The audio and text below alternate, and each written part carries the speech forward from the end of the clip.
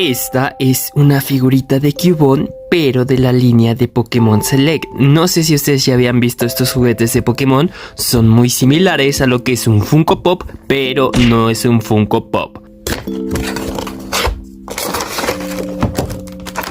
Esta como tal es nuestra figura. La verdad está bien, está genial, tiene bonitos detalles, tiene puntos buenos, tiene puntos malos, claro que sí, no todo es perfecto, pero dejen en los comentarios si es que ustedes tienen alguna de estas figuritas de Pokémon Select, qué les parecen, si las ven bien, si las ven mal, y si les gustaría ver el review completo, les dejo ese video en el enlace, y si les gustaría seguir viendo más juguetes y más contenido de este tipo, no duden en suscribirse, es hermoso.